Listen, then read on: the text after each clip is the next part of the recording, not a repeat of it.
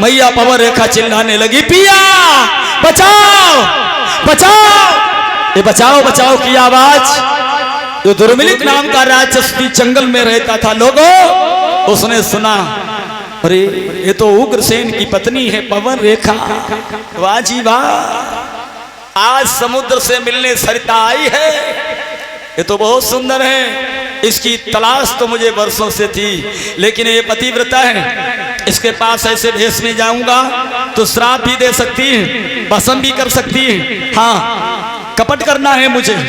कमीना सोचने लगा मैया पवन रेखा का धर्म दिखाने के लिए लोगों, उसी समय उसने उग्रसेन का रूप बनाया। सोचने लगा उग्रसेन बन जाए और पति की से जरूरत है, तो उग्रसेन बन करके वो दुर्मिलिक नाम का राक्षस पहुंचा और कहने लगा है, क्या बोला है, अरे बबल शेर की पत्नी होकर के जंगल के भालू शेर भेड़ियों से डर गई, तुम्हें नहीं मालूम तुम उग्रसेन की पत्नी हो। और रानी को क्या मालूम कि हमारे पति या नालायक निकम्मा बेया बेशर्म है, हमारा धर्म मेरी इज्जत लूटने के लिए आ गया। मीठी मीठी बातें करने लगा। पवन रेखा बोली, पिया तुम ही चले आए। हाँ, तुम चली आए तो मेरो आंगन में जीन आए लगो, तुम भी तुम्हारे पीछे पीछे चले आए पिया। और कहने लगा, देखो रानी समय कितना अच्छा है, आओ इस समय की कुछ बाहर लूटी जाए। मैया समझ नहीं सकी लोगों, उस राक्षस ने धोखे से मैया के साथ में छल किया। धोखे से उस नीच ने करो सती शंभो, प्रगट हो गया अंत में उसका ही सजो।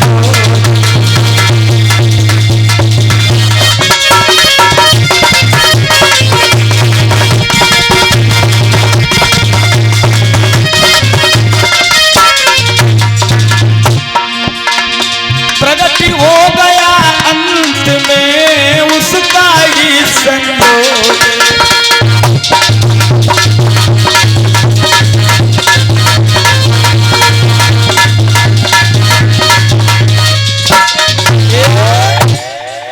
मैया के साथ में छल किया, एकदम असली रूप में आ गया।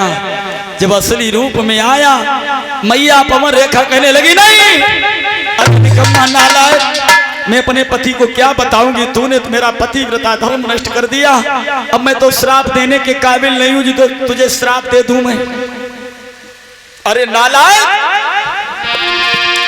अरे तेरो हुए सत्यानाश, अधर्मी धर्म बिगारो मेरो, तेरो सत्यानाश अधर्मी धर्म बिगारो मेरो।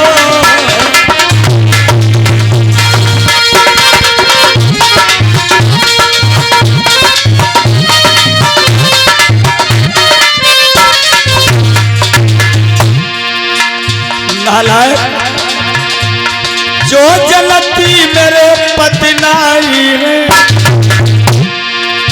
तई के श्राप भस्म करी दो,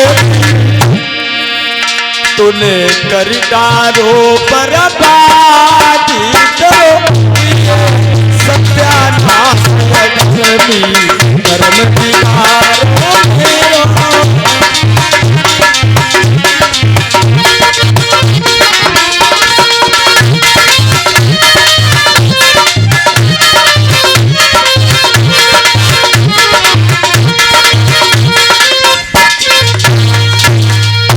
दुर्मिलिक नाम का राक्षस कहने लगा, रानी अरे तेरी गोदी बरसों से खाली थी, तेरी गोदी में कोई बेटा नहीं था।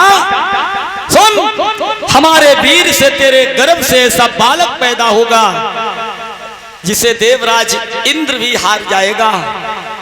पवन रेखा कहने लगी, तू जैसा नीच नालायक निकम्मा बेहा बेशर्म है, क्या तेरा पुत्र साधु पैदा होगा, तेरे जैसा नीच पैदा होगा? हाँ, जिसे मारने के लिए स्वयं इस भूतल पर भगवान को आना होगा।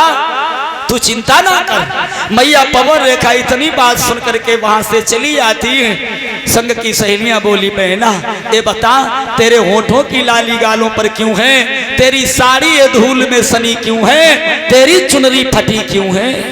मैया पवन रेखा ने असली बात छिपा ली और बोली बहना एक हट्टा कट्टा सा बंदर और मेरे गाल में थप्पड़ मार गया।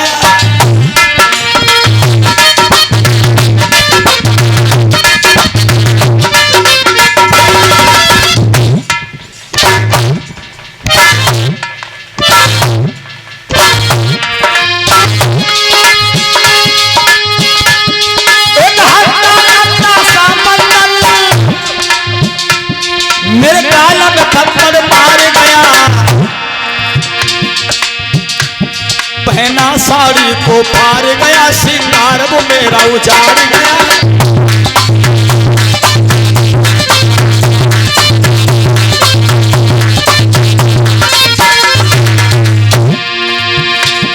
पहना सिंगार उजाड़ गया, चुनरी को मेरी फाड़ गया।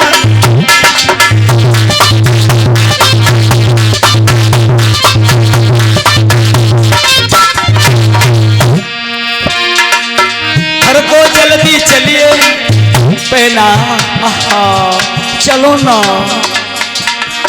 घर को जल्दी चलिए अब तेरे यहाँ पे हो गई है, घर को जल्दी चलिए अब तेरे यहाँ पे हो गई है, घर को जल्दी चलिए।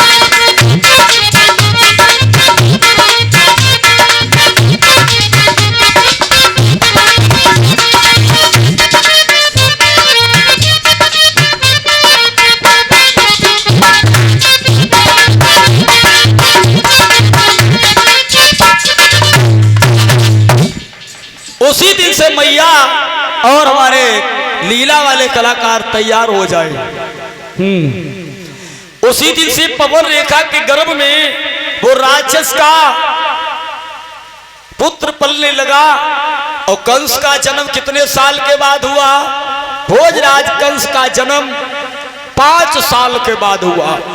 कंसराज 5 साल अपने माँ के पेट में रहा, क्योंकि द्वापर में माँ के गर्भ में बालक रहता था 5 वर्ष, त्रेता में 500 वर्ष, सतयुग में 50,000 वर्ष माँ के पेट में बालक रहता था, तब बालक का जन्म होता था।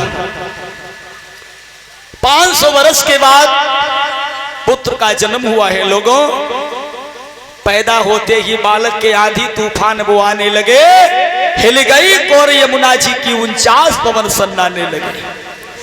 बड़े बड़े असगुन हो रहे हैं, घर में चूहा, बाहर चूहा, खेतों में चूहा, गली गली में चूहा, बिल्ली म्याऊं म्याऊं कर रही है, टिटारियां ट्यूं ट्यूं कर रही है, 8 बस पृथ्वी कांपने लगी, बिजली तड़पने लगी। लोगों, साधु संत काली कोठरी में जाकर के छिप गए, कहने लगे कोई घटना घटने वाली है।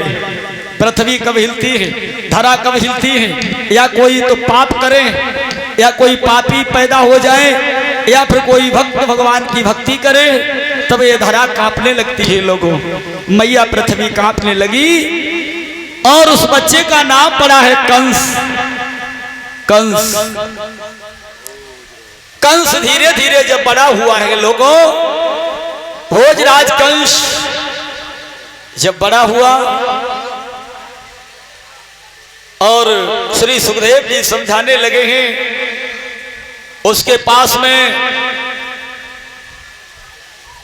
छोटे छोटे बच्चों को लेकर के जाता है और कहा को कुआं में ढकेल दे, कहा की नाक काट ले, कहा की जीव काट ले। कंस जब 5 वर्ष का है तो इतनी अंधाधुंधी मचा रहा है। और जब 18 वर्ष का हुआ, 18 गुंडा पट्टा नौजवान लट्ठा वाले उसके साथ में जिस गली से निकलता है उसी गली में फाटक बंद हो जाते हैं। लोग कहते हैं कंस आ रहा है, बिना बात में गाली देगा, मारेगा, पीटेगा। एक दिन भोजराज कंस ने ब्रज की ग्वालिनियों को घेर लिया और कहा लाइन से लग जाओ, जितनी ब्याही हो वो लाइन से लग जाओ, जितनी कुंवारी हो वो लाइन से लग जाओ। और भैया प्रधान जी आए आरती के लिए और हमारे कलाकार झांकी वाले आ जाए और